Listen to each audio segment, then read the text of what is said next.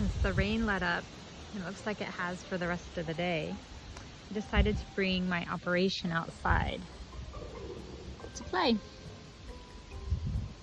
could see that what I did is I went ahead when it was raining earlier and it was too loud for me to think or talk out loud. I just sat with the page and I colored it in. And the thing that stands out the most to mention is that I decided to color the lizard green for the heart chakra because it seemed like there was a lot of conversation going on around love. So this is the heart, you know, who is in control, the head or the heart. So I decided to color him green for the heart chakra. And then everything else started to get filled in as well. So I wonder what's next. This fly is standing out. I was going to talk about the overall theme of what I have going on with this page, but more specifically with the page that I'm writing. And I'm just wondering if the wind is too wild to pick up my voice, if I need to talk louder, or is this just telling me to sit still and quiet and just observe? Oh, you see the leaves falling? Just observe. So that's a symbol of release, isn't it? Release in so many ways. It looks like something ate this at one point, releasing the energy of the sun and the water. Oh, we got another one. Also, it looks like it was nibbled on. And then the release of the life of the tree to just let these leaves fall out. And so as I was exploring this word release, how it's come up for me before is really the word lease standing out. And a lease is a contract or an agreement that you are somewhat committed to. And so this could be a favorable lease or it could be an unfavorable lease. And so when I'm thinking about releasing something, oftentimes it's the idea of letting go of something that you don't want anymore. In that case, I don't want to release it. I don't want it to come back. I want it to be let go permanently. So I really try to make a distinction in my mind when I'm writing if I'm actually using the word release or letting go. Because to me, they're a little bit different of actions, a little bit different perspective. And what I'm seeing right now is to shed the old. So the lizard had really stepped forward or stepped out in the attention of a few people earlier and in a conversation. And so if I think about the lizard losing its tail or its skin to shed the old and transform, that's really what this releasing is doing. That we're letting go of these old ideas of what is or what was supposed to be. And we're coming up with a more authentic, an authorship, our own authority of what is appropriate and true in our own life experience, or really in the human collective experience. We're in this learning phase that the things that we thought were true are not actually the truth. They might just be a truth. So I'm just going to sit here and kind of go over these notes again, look at the images and see what might come up. So the reason that I originally created this page had to do with money. It had to do with livelihood.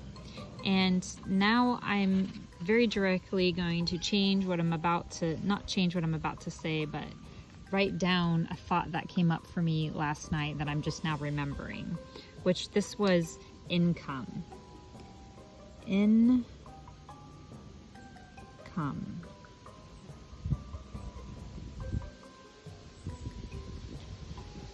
This little bug's biting. Go away. Don't eat me. So income. I'm not looking for money because money is just this title, this object that we have, the dollar in America. And it's not specifically money that I'm looking for. I'm looking for incoming resources, looking for incoming energy so that I can create something with it and then, put it back out, let it flow back out. I'm looking for a reciprocity of energy to continuously go. I'm not just looking to get this big old bag of money and hoard it. I want to create something with it. I want it to be a tool in my life. So as I'm going back over this thought form, this is the grimoire in issue 2. As I'm coming through this thought form, and I've just completed this idea of sacredness from doing the lunar moth, I'm now stumbled upon this money idea again. It's coming back around. The cycle's coming back around. And as you might, if you're following my storyline of what I'm posting about, Kairos, the right opportune time, like the season, the moment for everything to do the thing it's supposed to do, whether it's supposed to plant the seed or flower or fruit or harvest. There's this right time for everything. So I find it fitting that in this fall time, you know, the fall is here in the northern hemisphere, all of the leaves are coming off. I'm also releasing, you know, symbolically, energetically, mentally, emotionally. I'm letting go of this old sort of way of life, this old idea that we have to live or work to live instead of living to work. And what I mean by that is that I would like to live my life and do the work that I want to. Oh, bug just landed in my eye. All right, so what's going on here? Let me pay attention. Have you ever had a bug land in your eyeball before? That's new. So, my right eye. There's something kind of chaotic that goes on when the wind is blowing like that and all of the leaves are dropping. And I feel this pressure and this force, this frustration, not just in my own life, but in the conversations and the things that I'm seeing others have, where they're frustrated that they have to work in order to live a good life. Like the system is built upon it, instead of living a great life and enjoying the work that you do. And right now what's standing out is this quote that Mark Twain said, "Work and play are words used to describe the same thing under different conditions." So this idea of work and play is all that I want to do. That is what I want to do with my life. That is what my lifestyle is being built around.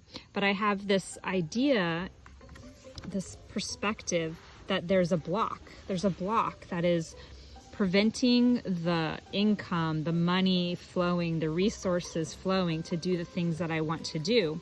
And what I realized last night is that there is actually no block blocking me from having that. The only thing there is there's a lesson to be learned, and I haven't uncovered it yet. Probably because it's not the opportune time. It's not the right moment. I'm still gathering information to put this together so that I can have this resource of income or dollars or money or friendship or love or energy, creativity, these sorts of things, you know, flowing abundantly through my life. So I'm working on my shadow to not specifically clear the blocks, but to accept that there's lessons in all of the things that are preventing me from doing what I think I want to do. So in this way, I'm kind of regenerating like the lizard. I'm letting go of what I think that I need to have. I'm letting go of that tail, because that thing that's holding me to the matrix, this idea of having to work in order to make a living, is false. Like, I can let that go and I can regrow a tail, and then I can start a new way of life. So that's kind of how I'm symbolically pulling together this page, this thought form that's about work, and mixing it with this idea of release that I'm working on with a one-on-one with somebody.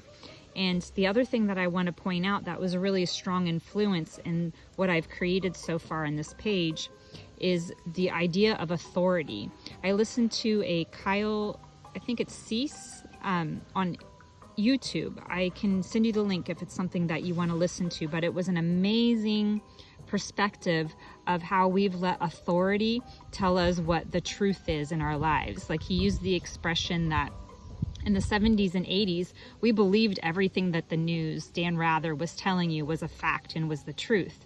And now, just because an authority says, oh, I'm educated and this is what this is, we're starting to actually question and to have our own authorship, our own authority of what we believe is right or wrong, good or bad, the things that we want to progress with or learn from.